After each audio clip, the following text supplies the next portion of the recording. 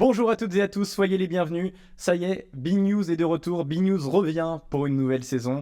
De nouvelles émissions, toujours sur l'actualité étudiante lilloise, avec des reportages et toujours du direct sur Twitch ici, avec vous. De nouvelles têtes aussi, vous le verrez. Notre équipe s'est renforcée avec l'arrivée cette année de Justine, d'Hugo, de Clément et de Nathan. Une nouvelle dimension enfin avec l'international, puisque les anciens de B-News, en tout cas ceux qui étaient l'année dernière avec nous, sont partis à l'étranger. Et vous le verrez, ils nous raconteront, ils nous feront vivre depuis leur pays d'accueil respectif la vie de leur culture, la vie de leur hôte. Et pour commencer, ils tenaient à nous passer un petit bonjour. Hola, c'est Johan, je suis super contente de vous retrouver pour cette saison 2 de B-News. Cette fois-ci à Valparaiso au Chili, vous pouvez voir derrière les maisons colorées. Et donc voilà, je vous partagerai toute l'actu de B-News mais d'un point de vue chilien. Ciao comme on dit ici.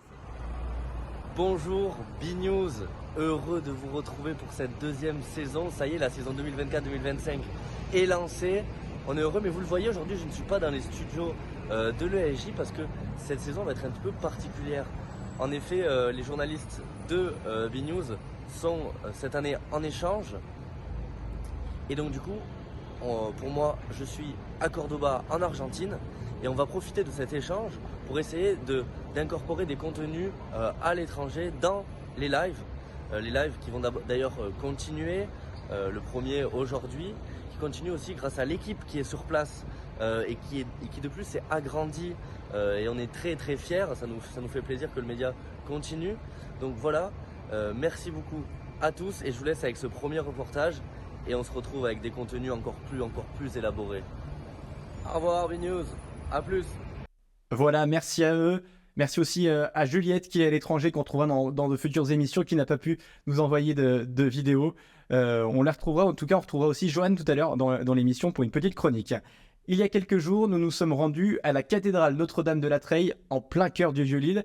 Depuis 18 septembre, elle prend vie chaque soir avec le spectacle Luminescence. Nous vous emmenons aujourd'hui dans les coulisses de cette fresque musicale et lumineuse. Je vous propose de regarder ce reportage réalisé par la rédaction de B-News. Bonsoir, je m'appelle Héloïse, je suis la coordinatrice de Luminescence à Lille et ce soir je vous invite à venir avec moi dans les coulisses du show.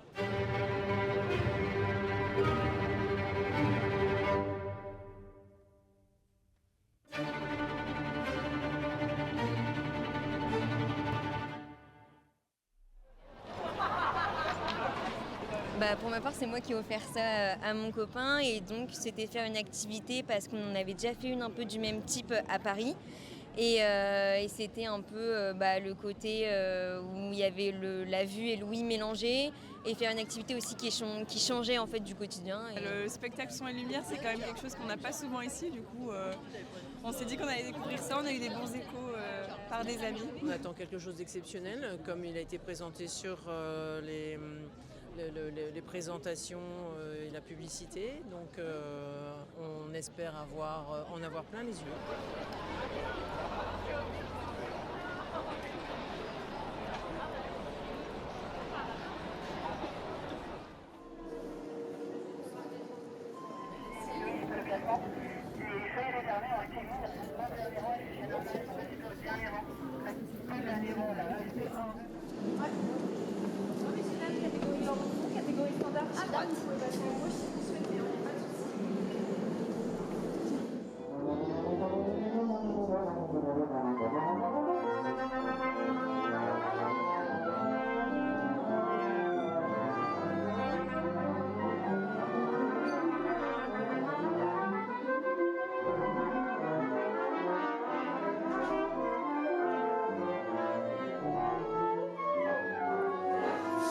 Pas de remarques à faire particulières. Normalement j'ai réouvert direct donc je ne devrais pas ouvrir lanceur tard. À mon avis peut-être d'ici 10 minutes ça devrait peut-être lancer. Merci, moi j'ai une remarque Héloïse, c'était génial. Check ça là. On appartient à un groupe qui est constitué déjà et qui est un ensemble vocal professionnel qui réside ici dans la région d'Île-de-France et qui s'appelle le Chœur de chambre Septentrion. Et donc on a fait appel à nous pour cette production à laquelle sont associés deux autres ensembles, le Chœur Éclat et le Chœur de la Chapelle des Fleurs. Ce sont des chœurs qui regroupent des amateurs. C'est quelque chose d'exceptionnel. On n'a jamais participé à un spectacle de cette envergure-là, comme je le disais. Et on est très heureux de participer. C'est vrai que notre cœur de métier, c'est de faire du chant choral. Donc on est habitué à chanter ensemble. Et on est habitué à faire sonner des œuvres polyphoniques du répertoire choral, mais là, ajouter comme ça cette dimension visuelle extraordinaire, c'est phénoménal.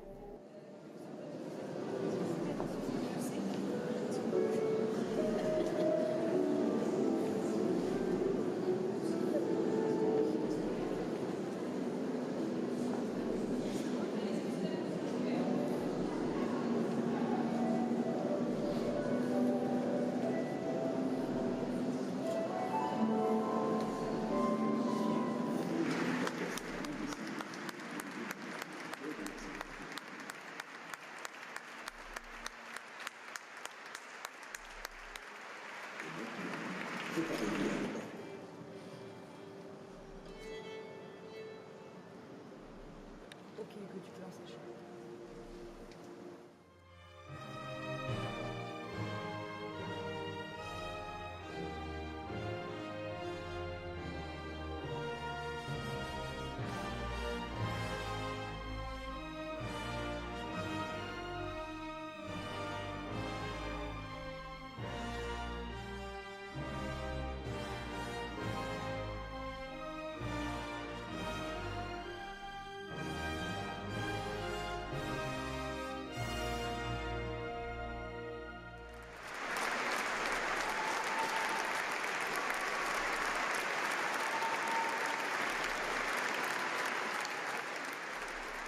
C'était vraiment très très très sympa. Et c'est vraiment pour tous les âges et pour toutes les générations, qu'on soit croyant ou pas. Enfin, c'était vraiment, historiquement parlant, vraiment très intéressant aussi. Cette sensation, cette lumière et musique en même temps, c'est assez exceptionnel. Quand on va dans la cathédrale, c'est quelquefois un peu froid, un peu blanc, et là on la voit sous un visage complètement différent.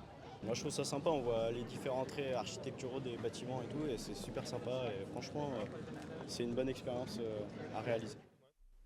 Voilà un petit reportage réalisé par la rédaction de BNews dans les coulisses de Luminescence, le spectacle qui a lieu en ce moment depuis début septembre au cœur de la cathédrale Notre-Dame de la Treille, en plein cœur du Vieux-Lille. J'ai été rejoint en plateau par Nathan notamment, un membre de l'équipe BNews. Salut Nathan, comment vas-tu ? Salut Oscar, ça va super pour cette première de la saison, un grand plaisir de rejoindre cette équipe.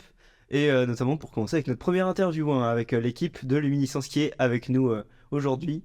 Exactement. Héloïse et Juliette qui nous ont rejoints. On voyait notamment Héloïse, on te voyait dans le reportage que nous avons pu voir il y a quelques instants. Et pour commencer, première question évidemment, on va commencer avec ce lieu de la Treille. Pourquoi avoir choisi ce lieu plus précisément dans l'île ?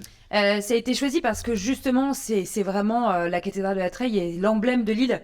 C'est une cathédrale qui est au cœur, même si énormément de personnes ne sont jamais rentrées dans la cathédrale. On nous le dit d'ailleurs souvent le soir.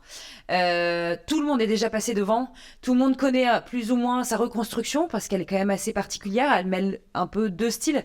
Et donc voilà, c'était vraiment... à Lille, je vois pas où est-ce que ça aurait pu se faire ailleurs que dans la Treille. C'est ça, vous avez parlé justement de toutes ces personnes qui sont venues assister. On est sur un début quand même qui a commencé très très fort. Beaucoup de monde, vous attendiez à ce succès là à Lille ? Tu croyais ?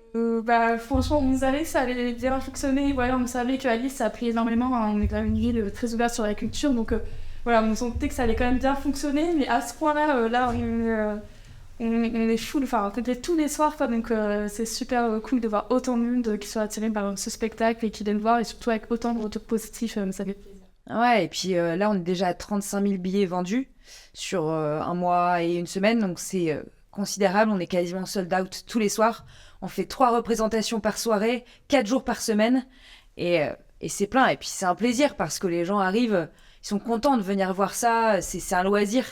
Donc en plus on a toutes les catégories d'âge, on a aussi bien vraiment les personnes âgées 60-70 ans qui revoient un peu l'histoire de la Treille, mais aussi des jeunes qui veulent découvrir un peu ce que c'est le mapping. Donc non, c'est vraiment c'est un très très beau projet. Mais malheureusement ce plaisir va bientôt s'arrêter, c'est ça, il y a une fin annoncée vers fin octobre pour les sessions à Lille. Et ouais, c'est ça, après je vous cache pas que là ça s'est un peu développé, on est tellement sollicité qu'on envisage d'ouvrir certaines dates sur le mois de novembre. Ah d'accord, très, très intéressant pour les Lillois qui aimeraient assister justement à ce show qui est complet. Voilà, donc n'hésitez pas à suivre justement les prochaines peut-être ouvertures de séances. Ouais, alors c'est une exclu, hein, donc je suis pas censée vous le dire, mais, Oui. mais effectivement, ouais, c'est vrai que voilà, on va essayer vraiment d'ouvrir plus de dates. Des dates avec concerts aussi, c'est ce que vous avez pu proposer depuis début octobre. Ouais. Quelle était l'intention derrière Alors, ouais, exactement. C'est vrai qu'en fait, sur l'ensemble des lives, il y a donc un organiste qui est là en live, hein, vraiment, qui joue, mais c'est une bande-son enregistrée. Et les concerts donc immersifs qui sont le vendredi et le samedi soir sont là avec donc les chœurs qui chantent comme à chaque représentation, mais aussi des musiciens. Ils sont 11 tous les soirs à jouer devant vous les musiques en live, reprendre les grands classiques. Et ça permettait vraiment de créer une émotion intense, encore décuplée par rapport à ce qui se passe d'habitude. Ça change encore, je trouve, le projet et l'immersion. C'est vraiment un vrai concert en fait. On voyait vraiment sur scène les musiciens, les choristes et à la fois ce mapping exceptionnel dans la cathédrale. Vous, à titre personnel, qu'est-ce que vous ressentez quand vous avez cet orchestre juste à côté de vous? Le frisson. Ouais, le frisson. Et puis en fait, on a l'impression donc moi par exemple, mon rôle, c'est aussi d'aller les chercher, de les faire monter, descendre, lancer les applauses, lancer les éclairages, etc. Et en fait, il y a un côté un peu star. On fait monter des gens sur scène qui se reproduisent devant plus de 700 personnes 3 fois dans la soirée.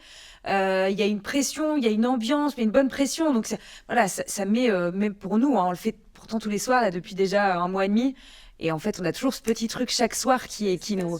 Voilà, ouais, c'est ça. Et là, on lance le show et c'est exceptionnel. Quoi. Vraiment, moi, je filme aussi pas mal ce qui se passe sur scène et d'être au milieu de ces musiciens, de voir ce qui se passe, les choristes, toutes ces voix qui sont transportées dans la cathédrale. Voilà, toujours les frissons en tout cas. Ça marche. On va peut-être un peu parler de vous aussi, de votre parcours. Comment vous êtes arrivés, chacune, l'une et l'autre, un peu dans ce projet? Comment ça s'est passé? Comment vous avez été contactés? Vous avez envoyé, entre guillemets, une lettre de motivation? Comment ça s'est passé? Héloïse, toi, par exemple, pour commencer. Et ben moi, c'est très drôle.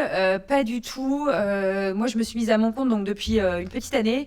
Et j'ai une de mes amies qui travaille dans l'événementiel aussi sur Lille, qui d'ailleurs est prof, entre guillemets, et qui me dit, bah voilà, j'ai été contactée par une certaine Marie, moi je peux pas assurer le projet, est-ce que ça t'intéresse? Et en fait, pour la petite histoire, j'étais sur le Tour de France à ce moment-là, parce que je bossais pour le Tour de France, et donc je reçois un appel de Marie, en fait le feeling s'est super bien passé, ça a matché tout de suite, et puis c'était go, moi c'était une évidence, déjà d'intégrer Luminescence, de faire le projet pendant 4 mois, et potentiellement de suivre le projet Luminescence dans d'autres villes. Génial. Et tu sors d'une école d'événementiel, comment ça s'est passé pour les étudiants qui nous regardent par exemple, qui voudraient faire ce que tu fais? Eh ben justement, alors moi j'ai fait plutôt des études dans le commerce initialement, par contre moi je me suis mise directement dans l'événementiel, mais clairement en relevant mes manches dès mes 22 ans. Je suis un peu plus vieille aujourd'hui, mais vraiment en fait moi j'ai commencé, mais je servais des bières dans des bars, j'organisais des petits événements pour X ou Y personnes, j'ai travaillé dans des BDE, enfin voilà, en fait j'ai vraiment fait l'ascension comme ça, et j'ai fait toutes les étapes, j'ai été chef de projet, coordinatrice, et après vraiment pour passer sur un projet comme ça qui reçoit autant de personnes, voilà, on n'y arrive pas tout de suite, mais c'est du courage, du temps et de l'implication. Ça marche. Et toi, Ju? Et moi, je sors d'une école de communication, donc j'ai enchaîné après quelques CDI, et là, je suis lancée à mon compte depuis quelques mois. Je me suis inscrite sur une plateforme, et Marie m'a contactée, et pareil, le feeling est super bien passé, le projet... beauté à 100%, vraiment, je me disais ça peut être super cool et c'est vraiment une superbe expérience et c'est ma première vraie expérience dans l'événementiel, donc c'est pour ça que je suis aussi aux côtés d'Héloïse qui me forme un peu tous les soirs aussi. Ouais, formée. On va dire que j'ai pas grand chose à faire, mais ouais, on se complète pas mal. On va dire qu'elle fait 90% et moi je la forme sur les petits 10% qu'elle a pas encore, mais qu'elle va avoir par la suite, ça sans souci. Ça marche. Et avant d'arriver à de telles représentations, il y a eu combien de temps entre vous de préparation, notamment pour arriver à un projet aussi abouti comme ça? Alors, Lochi, qui est la boîte qui crée Luminescence, eux, c'est environ 4 mois de travail. Ne serait-ce que pour créer le mapping, tout mettre sur mesure, parce que voilà, il y a vraiment une cartographie complète de la cathédrale, c'est immense, vous y êtes venus, donc voilà, vous savez ce que c'est. Après, il y a toute une organisation de répétition avec différents artistes, parce qu'on a 4 chœurs différents, on a des chefs d'orchestre différents, chaque soir avec des solistes différents et des organistes différents, donc en fait, on doit répéter vraiment chaque module, donc il y a beaucoup de temps, il y a une semaine complète d'installation, toute la nuit, sur les cathédrales. Et après nous, ça a été une petite semaine quand même de préparation. Ouais, voir un peu qui se place où, même en termes d'équipe, d'accueil, voilà, rencontrer tout le monde. Et puis nous aussi, le feeling est passé très rapidement, donc on a su aussi chacune trouver qui fait quoi. Ouais, dans le reportage, on te voit un peu courir partout. Il y avait une sorte de stress au début, c'était assez... Ouais, alors en plus, vous êtes venus, c'est le premier jour du live. Ouais. Donc du coup, c'est la première fois qu'on avait l'orchestre, etc. Alors oui, on marche beaucoup. Ce que je disais, moi j'adore, je mets mon téléphone et tous les soirs, je marche entre 8 et 10 km par soirée. De 18h à 23h. Donc c'est déjà pas mal, je pense que t'es à peu près dans le même truc. Il y a toujours un stress. Même si tout le monde dit « Ah mais tu fais tout le temps la même chose », pas du tout. Chaque soirée est différente, chaque représentation est différente, chaque clientèle est différente. Et franchement, il n'y a pas un seul soir où on s'est dit « Oh bah tiens, il s'est rien passé ». Non, il se passe toujours un truc. Il y a toujours un truc. Chez nous, il n'y a pas de routine en fait. Non. C'est l'opposé de ça, ouais. C'est vraiment... Il y a toujours un truc. Et puis, il faut toujours pallier à un souci à droite, un souci à gauche, une absence, parce que on est une équipe où on a 13 personnes d'accueil, plus la sécu, plus... Il y a toujours quelque chose qui bloque. Un coup, il y a un vidéoprojecteur qui a bugué, un coup, il y a le son qui sort pas. Enfin, il y a toujours quelque chose. Donc, ouais, il y a toujours un stress. Et on se dit quand même que, voilà, on se présente devant plus de 700 personnes. Déjà, on représente l'image de Luminescence, on représente l'image de la Treille. Et 700 personnes à chaque fois. Donc, obligatoirement, il y a un stress. Mais c'est un bon stress. Mais il faut savoir le gérer. Hein. Et des fois, ouf. On commence à se rôder aussi, ouais. Si on devait garder un point positif de votre métier, et peut-être un point un peu plus négatif ou un peu plus compliqué à gérer. Vas-y, je te laisse commencer. Question un peu... Attends, je vote un peu, là, je sais pas trop. Moi, sur le côté positif, honnêtement, c'est l'échange humain. Le relationnel, que ce soit avec le staff, les musiciens, on rencontre un nombre de personnes dingues. On te voit d'ailleurs, je permets de te couper, mais dans le reportage, on te voit parler avec les musiciens. Ah ouais, moi j'adore. Le petit briefing ou le débrief entre les deux séances. Ouais, c'est ça, ouais. Voilà, c'est ça. Et puis les clients. Moi j'adore souvent, donc le soir, quand on a le temps, on se met à la sortie, on dit merci, bonne soirée, au revoir, merci. Et les gens nous regardent en disant merci, bonne soirée à vous aussi. En fait, il y a il y a un sorte de relationnel qui est sympa. Donc, je pense que pour moi, en tout cas, c'est ce côté-là positif. Il y a aussi le fait que justement, il n'y a pas de routine en fait dans ce métier-là. Tous les soirs, c'est différent. On est tout le temps animé. Il y a toujours limite quand il y a des galères, c'est assez. C'est vrai. Ouais. On court partout et c'est trop cool ce côté-là. Et aussi effectivement les clients parce que un sourire, ils sont contents. Moi, je sais que j'accueille notamment aussi les clients en catégorie or et ils font toujours des petites blagues, etc. Donc vraiment ce côté échange qu'on a souvent avec les clients parce que c'est ça de tout le monde je fais la manche. Parce qu'elle récupère les petits badges et le côté négatif, et je pense que ça, que ce soit Luminescence ou ailleurs, c'est la vie perso. Effectivement, nous on bosse, donc mercredi soir, jeudi soir, vendredi soir, samedi soir, donc les sorties, les restos, les machins, les anniversaires à droite à gauche, soit on arrive tard, à 23h30 minuit, soit on n'y va pas. Donc on vit un petit peu en décalé. Après, moi perso, c'est un choix et je pense que quand on fait de l'événementiel, on est obligé de s'adapter à ça, il faut en être conscient. Nous aujourd'hui, notre vie perso fait qu'on n'a pas d'enfants, donc c'est aussi un peu plus facile. Mais voilà, c'est pour moi le côté un peu plus sombre de l'événementiel, mais ça partout quoi. Ouais, mais on tiendra quand même qu'il n'y a pas de routine dans ce métier. C'est un métier de l'humain. Et ce sera peut-être le mot de la fin pour terminer cette émission. Merci beaucoup d'avoir donné de votre temps et d'avoir répondu à nos questions. Merci à vous deux. Et donc du coup, encore quelques dates en octobre, mais ça part très vite et peut-être un peu plus tard à Notre-Dame de la Treille, la cathédrale en plein cœur du centre-ville lillois. C'est un spectacle à voir. Voilà, la mise en valeur du patrimoine, c'est aussi à l'étranger. Nous allons retrouver Joanne qui est au Chili, un petit reportage qu'elle a réalisé qu'on vous laisse regarder pour terminer cette émission. Alors du coup, je vais vous parler du patrimoine chilien qui est d'une très grande diversité. En fait, le pays est tellement long qu'il est parcouru par des traditions et des cultures très différentes. Ici, il y a 7 sites qui sont inscrits au patrimoine mondial de l'UNESCO, comme par exemple la ville de Valparaiso, l'île de Rapa Nui qui est connue sous le nom de l'île de Pâques, ou encore les églises de l'île Chiloé au sud du pays, dont je vais vous reparler un petit peu plus tard. Le Chili détient du patrimoine immatériel comme le tissage typique des peuples mapuche, la fabrication du pisco qui est l'alcool national, ou encore toutes les fêtes traditionnelles que l'on peut rencontrer tout au long du pays. La plus connue, ce sont les fêtes Patrias fin septembre qui célèbrent le pays et qui se font dans l'entièreté du Chili. En plus de tout ça, le pays détient du patrimoine archéologique et une grande diversité de paysages. Au nord, il y a le désert d'Atacama, Au sud, la Patagonie avec ses glaciers, ses montagnes, et entre les deux, des villes, des vignobles et la fameuse cordillère des Andes. En somme, c'est la diversité qui fait la richesse et la force de ce pays, bien que certaines cultures, comme par exemple celle des peuples indigènes, ont été longtemps réprimées. Alors, pour revenir sur le thème des églises, je vais vous parler des bâtiments jésuites qui sont dans le sud du Chili. Ces églises qui sont situées sur l'île Chiloé sont la preuve que la culture européenne et chilienne ont pu fusionner. Il en existe 60 et 16 sont inscrites au patrimoine mondial de l'UNESCO, comme celle-là, celle-là ou encore celle-là. Alors vous allez me dire, mais qu'est-ce qui rend ces églises uniques? En fait, elles ont été initialement construites par des prêcheurs jésuites au XVIIe et XVIIIe siècle qui étaient venus pour évangéliser le sud du pays.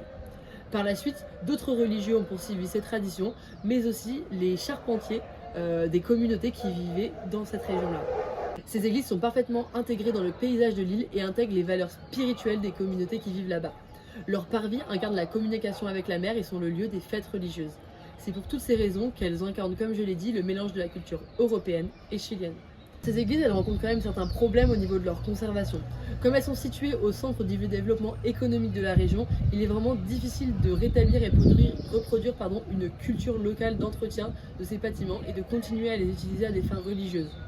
Pour conserver correctement ces bâtiments et les cultes qui s'y produisent, en suivant la tradition, une participation désintéressée de la communauté et l'expertise ancestrale des charpentiers sont vraiment nécessaires. Alors depuis 2003, le gouvernement chilien a mis en œuvre un programme pour contrer les dommages subis par les églises et gérer l'équilibre avec le tourisme pour pas qu'en fait il y ait une commercialisation abusive. Par exemple, il faut en sorte que tous les bénéfices générés par le tourisme reviennent aux communautés qui gèrent ces églises. En somme, pour préserver ces églises, il est nécessaire de faire plus de recherches sur la préparation aux risques environnementaux et il faut aussi assurer la diffusion des traditions aux plus jeunes afin qu'ils puissent perpétuer les traditions.